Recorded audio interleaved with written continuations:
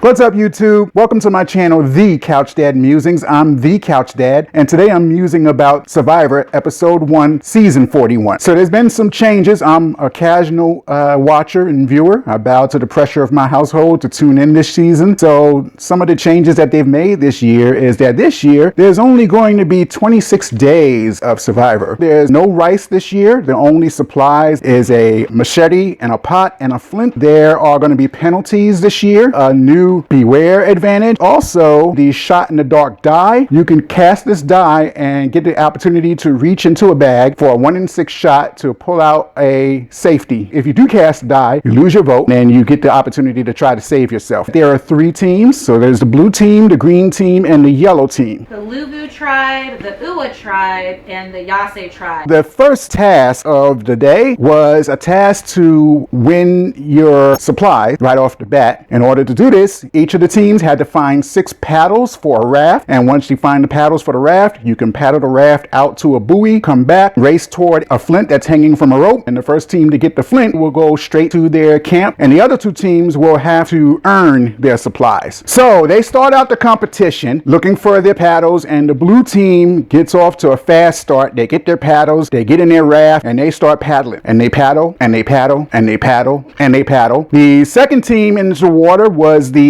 green team. They pass by the blue team, go around the buoy. They're heading back toward the flint, and the blue team is paddling and paddling and paddling, not moving. One of the funniest things that happened right off the bat is one of the competitors on the blue team, Danny, he was like, "I don't think we're moving." Well, yeah, probably not, since the other raft just went racing past you and are on their way back to the flint. Meanwhile, the yellow team, they haven't found their paddles yet. They're missing 1 paddle. So long story short, the green team wins, and the yellow team is still on the barge. Danny from the blue team, the NFL player, turned around and unclipped their raft from being anchored to the boat. But actually, I went back and looked again. Jeff told them that their raft was still anchored. And then they unanchored. But Danny did notice they weren't moving. Yeah. He didn't check and see if they were anchored. He ain't trying to figure out why they're not moving. Yeah, now, Nasir was the one who unanchored them in the front. No one unanchored them in the back. And then the yellow team was still on the boat. And Jeff was clowning them hard. He was like, "No, this is the worst start, the worst disaster in Survivor history." Can you imagine how frustrating that would be? Like, you know you're doing a bad job, and Jeff is like, "You just suck. I've never seen something so terrible in my whole life." But you know, out of 6 people, no one kind of took notice where other people were finding their paddles. Like, oh, there's a bunch of people running over here, or there are a bunch of people climbing this thing. You know, no one never noticed that. The last paddle was hidden pretty good. But the other 2 paddles were up there too. In the same exact spot? Yeah, all 3 were in that same exact spot. There were 6 locations. Now, the yellow one did blend in. That was the bad part. They did blend in, but... You really couldn't see it. You would have to be looking pretty hard to see it. Yeah, but they should have seen the other people climbing. Like, why are they climbing over there? Well, things are happening so fast. That's true, that's true. The teams get to their camp. When the yellow team and the blue team get to their camps, they find some instructions in order to earn their supplies. They have the option of solving a puzzle. You only get 4 hours to solve it. You only get 1 chance to answer it. Or you get 4 hours to fill up 2 barrels full of seawater. And the puzzle was like a giant triangle that was filled with a bunch of smaller triangles, and you had to count collectively how many triangles it made up. Now, I would have been tempted. I would have wanted to do the triangles, and I would have had the whole team do the triangles. Like, everybody count. We'll compare numbers and see what number keeps coming up, and then we'll do it one more time and do it again. You have 4 hours. Yeah. But I don't know how big that puzzle would have actually been. Did they show the actual puzzle? Because I remember seeing triangles within triangles. I feel like they showed it, and it wasn't that big, but I don't think the contestants actually saw it ahead of time. But Sydney on the yellow team made a good point. She was like, "We couldn't even find all of our paddles. You know, how are we going to solve this puzzle?" So their confidence was kind of took a hit, and then with Jeff sitting up there ribbing them. Yeah. Yeah, exactly. So both teams chose to fill up the barrels with the water. Now, the yellow team came to a decision, pretty quickly and, pretty united. Everybody kind of just agreed, yeah, we'll do this. The blue team, they were having some issues. It's the reverse. The yellow team was the one that wanted to do the guy wanted to do the puzzle. Right? Yeah, it was Ose or Nase. Is it Vose? Vose. David, Vose, I'm not sure. They called him Vose in the show, but apparently his name is David. So he's the neurosurgeon. Yeah. He sat there and complained about, he wanted to do the puzzle, but he felt like he got bullied into, or, he felt like bulldozed into it. He didn't put up enough of an argument or enough of a fight for the puzzle. But, that's on you, my guy. Don't sit there and cry about it now. I know, but you know what? The whole fight thing on the first day, if it had gone wrong, they had guessed wrong, they had no supplies for that day, it would have been on him. If he had pushed too hard for it. If he it. had pushed too hard. You didn't have to push too hard. You could at least put up a little bit of an argument, just instead of just saying, I think we should do this, and everybody's saying, no, let's go ahead and do this. Presented a reason or two why you thought it was a good idea. And then it would have been on you. Well, at one point he did mention that he had one concern about the barrels with water, but I don't remember what it was, but he didn't push any more after that. I think he was saying because be dehydrated and exhausted. Which I thought was a good point, because I was thinking at that point, if you don't have any rice for the first time ever, and then you still have a competition to do tomorrow, why would you want to exhaust two of your most physical people doing water for 4 hours? I thought that was going to bite them in the butt later, but it seemed like everybody was preferring to do that. Is he one of the most physical people? I don't think so. I think Abraham is more physical than David is. I don't know why they decided David should be one of the ones. No, actually, they didn't decide. They just kind of pressured him. It was like Xander was like, I'm willing to do it. Xander literally looked at him and said, I'll do it with you. Yeah, kind of volunteered him, and he just went along with it. But maybe, they didn't show it on the show in the edit, but maybe he wanted to work with him and wanted to get a chance to talk to him one-on-one, and that's why. Yeah. Because he literally looked right at him and was like, I want to do it with you. I know one thing, Abraham probably was like, absolutely not. He was an older gentleman, and I would have been like, nope, not doing it, Now, they showed some cuts of them getting the water, and dude looked like he was about to die. Well, he was cramping up, and the what he feared happened. He was cramping up, he was exhausted, but they got it done. So yeah. He was also worried that people would target him because he was off alone with another player by himself, but it doesn't seem like anyone really cared. Now, the blue team, it was Danny and Deshaun that decided to get the water, and they kind of came to their decision fairly quickly. They kind of just pretty much volunteered to, go ahead and do that. So they started going to collect their water. Before they left, Shady Snitch Nasir tells them, oh, don't worry about it. We're not going to talk any game while you're gone, no worries. But while they're collecting the water, Nasir, who's supposed to be looking for firewood, comes down to the beach to see what they're doing. And which he should have. I agree with it. Oh, no. I don't have a problem with him checking. It's the first day, and they're off by themselves collecting water. He went down there. That's what people do on the first day. Yeah, I think there's a common thing that happens on the first day where if somebody goes out looking for an idol, you're gonna get caught looking for the idol because people are too vigilant on day one. There's nothing else to do but kind of be in everyone's business, looking at each other, setting up the camp. It was inevitable that someone was going to check, let's make sure the people doing the water are actually doing the water. And David and Deshaun did decide, they were going to look for some idols, but at the same time... He caught him, yeah. Yeah, he's down there on the beach looking... It was a silly excuse when he was like, I was getting some firewood on the beach. Yeah, no, you were checking. You were sneaking around. Then he ran back to the other tribe members, or ran and tell that, put the fear of God in them by telling them, I don't think, they're going to get all the water in time. I don't think we're going to have any supplies tonight. And they kind of freaked out a little bit. And he even pitched that, if they lose that competition, they should get rid of Deshaun and Danny, and they'll be a strong, Final four. Impact. Yeah, Final Four. Which I thought makes a Final Four on the first day. I thought that was too much, to be honest. Yeah, I had no problem with him checking and seeing if they were actually doing the water. I have no problem with him running back and telling the tribe that they were looking for idols. That's how you keep a target off your back. Right. But the way he got a little too excited about it, I think ended up backfiring on him later. You could have just been like, guys, I saw them doing the looking for an idol, instead of doing the water. Yeah, and then go back about, whatever you were doing and let the girls make of that what they may. Right. But instead, him being so intense on, they're not going to finish the water in time, we should vote those two out, us four should work together. I think that later on, when the two come back, and they did finish the water, I think it kind of backfired, and now no one really cares what Nasir was talking about in the first place. Yeah, they were just glad. They were glad that they had their supplies at that point. They were very happy. So now all the teams, they have their supplies. Xander and David, they got their water, and they all have their supplies. So they're starting to set up their camps. And on the green team, Sarah is trying to start the fire. She's struggling with it. She's completely rubbing the flint the wrong way. She gives up and she asks anybody else like to have a try.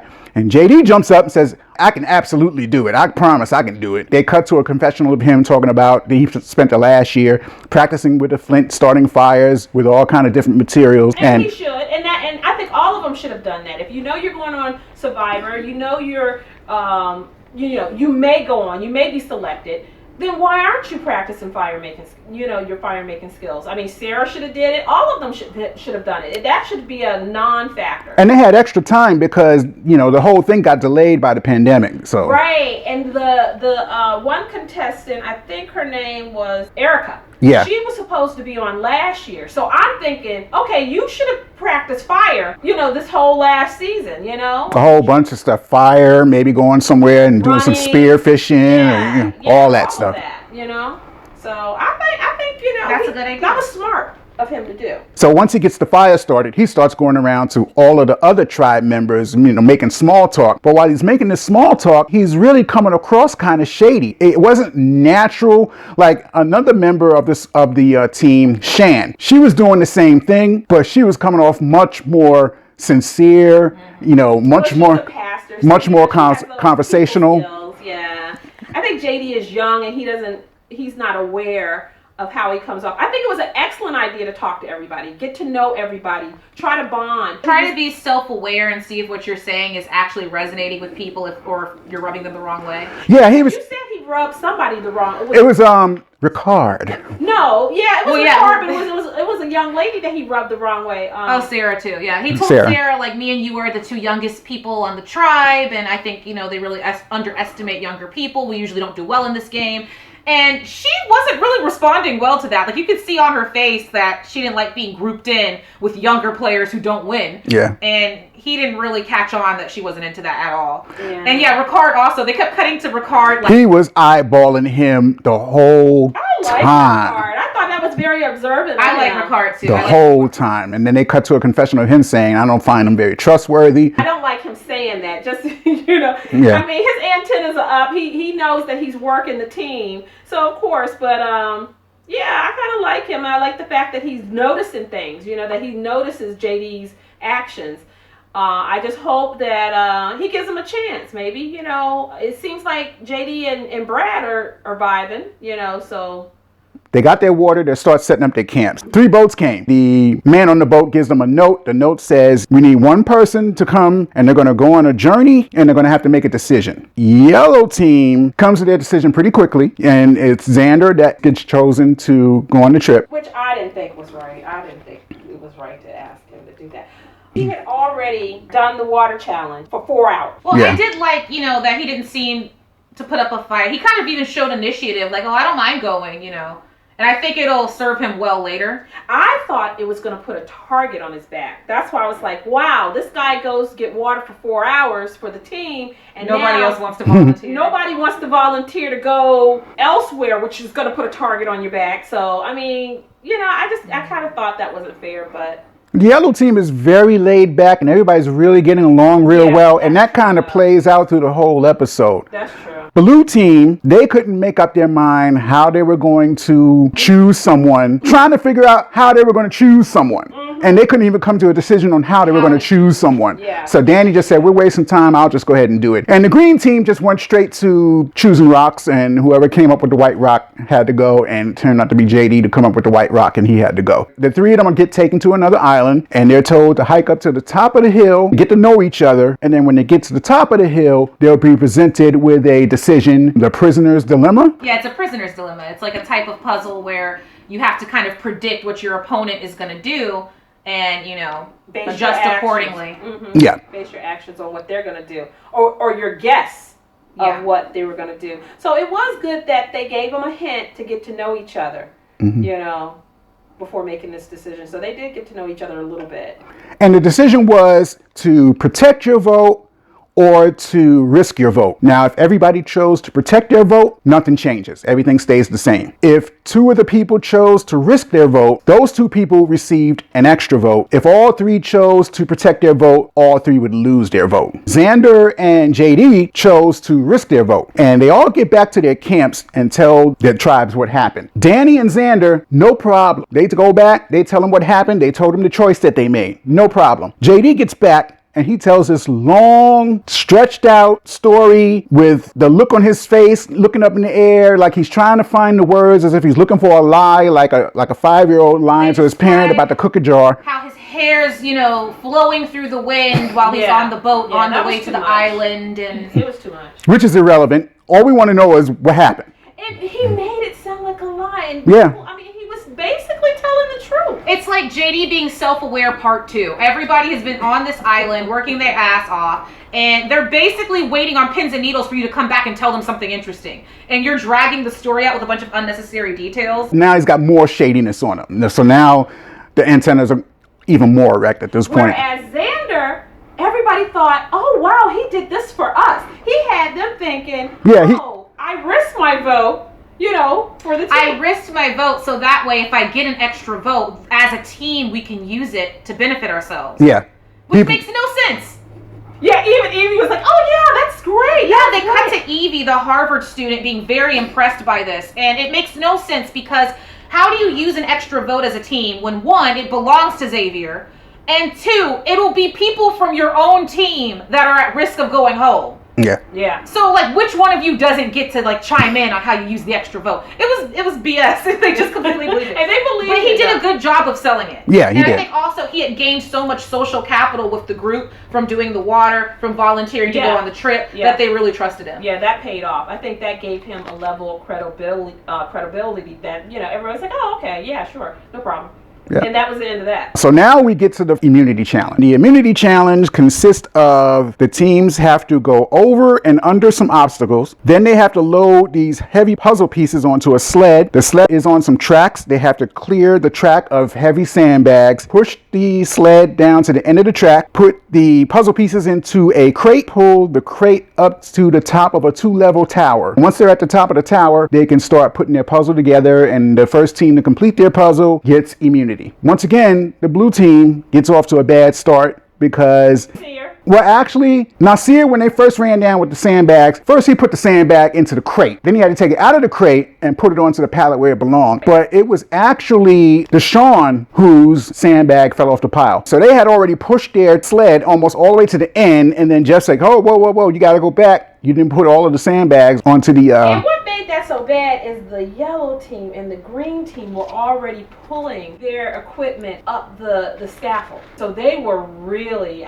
they were like dead last. The blue team gets on the right track now. They pull their sled down to the end of the rails and they start loading up the crate with the puzzle pieces, and they start getting ready to pull the crate up to the first level of the tower. Meanwhile, the other two teams were already on the second level of the tower. But the blue team has Danny, who's a former NFL player. He was in the front pulling. He must have came up with some of that NFL strength because the blue team ended up catching up with them, and they ended up getting to the top of the tower second. First team up to the top of the tower was the green team. They start putting their puzzle pieces together. The green team left one of the puzzle pieces in the bag that it came in. They couldn't finish their puzzle, and the blue team ends up winning. Sarah and Shan were putting up together the puzzle. They felt like they might take the hit on that. Well, Shan didn't let people know that she felt that way. Sarah was really distraught. Yeah, she was crying and all that. I thought that was interesting too, because it was kind of both of their fault that they didn't check the bag for the extra piece. Shan really played it cool the whole time during the puzzle and even afterwards when they went back to camp.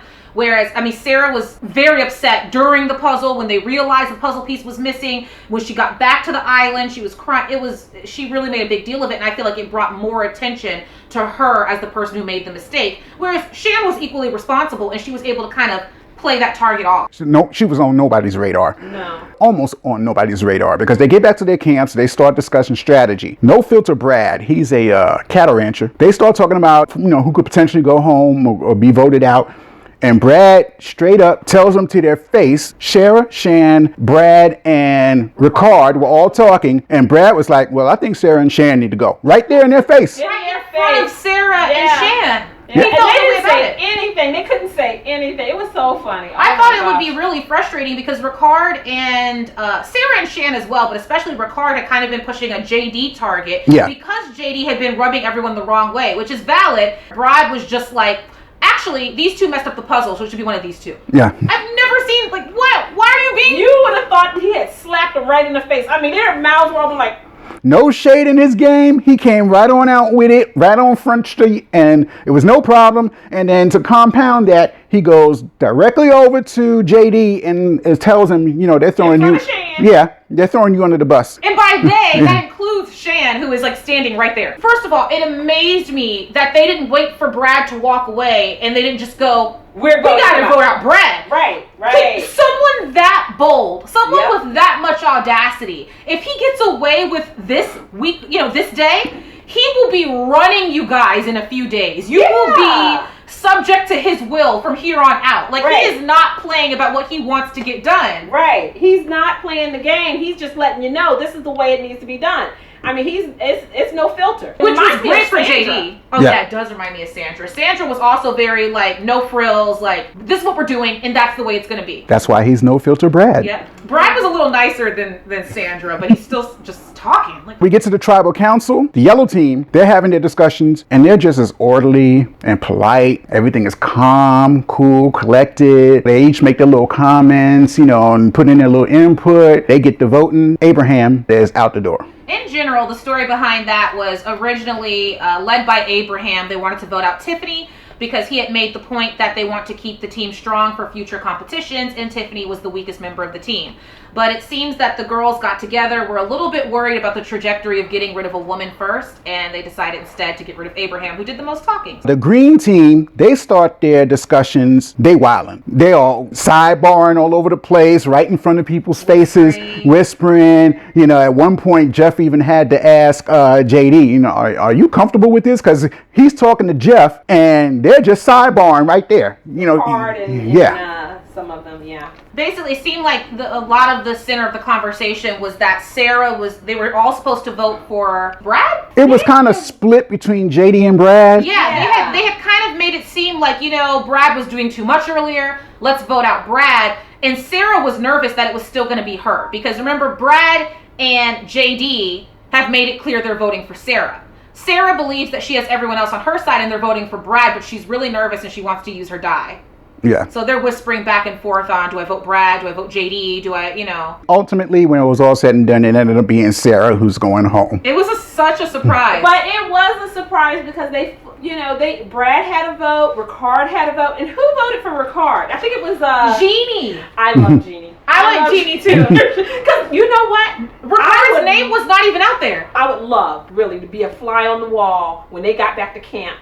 And Ricard was like, okay, who voted for me? Yeah. Because now I think he's going to think it was JD or Brad. He's not going to think... Yeah, because he was in talks with Sarah and Shan. And you know. He's not going to think it was Shan. I don't think he's going to think it was Jeannie. I think he's going to think it was Brad or JD. Yeah. Which is going to make him go for Brad and JD even harder, which was smart. Keeps a target completely off of Jeannie. Yeah, like they already are talking about Brad. They're already talking about JD, and now you add like an extra layer of protection by throwing out Ricard's name. Like they're not going to look at Jeannie for a long time. Yeah. So that's what happened in week 1, episode 1 and season 41 of Survivor. What do you guys think? Who do you think is going to be problematic? Who do you think is going to move on and go far into the season? I personally think that the star of the show is going to be the green team. They are just totally dysfunctional. I think Brad is going to be out. I think JD is going to get out eventually.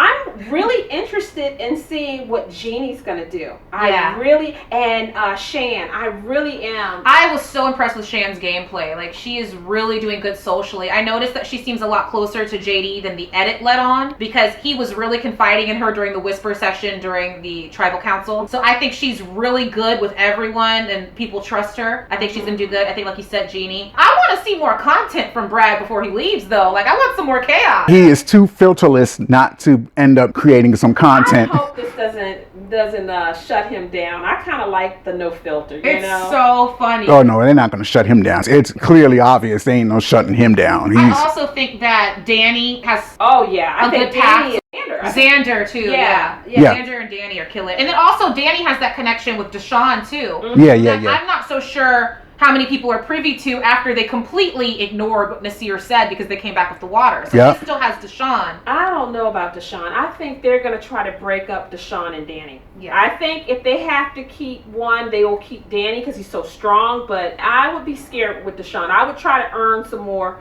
weight, you know, with the team because right now Danny is really up there, and I think they're going to get scared of those two just running the whole tribe. They didn't show it, but do you think that Vose and Xander got close while doing the water? I don't think so. I don't know. I would hope so, but I don't. They didn't show it though. So They didn't show it, and they don't seem similar. But the way Xander specifically picked him out, maybe he had something he wanted to talk to him about. I'll be interested to see what comes from that later on. I like David. I hope he does well. I like Danny. He's got the strength. He's assertive. He's kind of a take charge type of guy without rubbing you the wrong way. He's not threatening. No shadiness in him. I think he's going to go very far. I hope he keeps it up. Once you start losing weight, you don't have the rice, food, it gets a lot harder. You see people not pulling their weight and you're always pulling yours. I hope his personality stays the same. So far, he's doing great. If he can survive the dysfunction of the team, then I think he's going to go far. What do you guys think? Leave your comments below. Who do you think is going to go far? Who do you think is not going to go far? Who's your favorite player? Who's your least favorite? Let us know in the comments. Hit the like button and hit the subscribe button. Also hit the notification button if you like these kind of videos. We'll be doing this every single week and we love to hear from you. Let us know what else you want to hear about too. This is the Couch Dad. Peace out.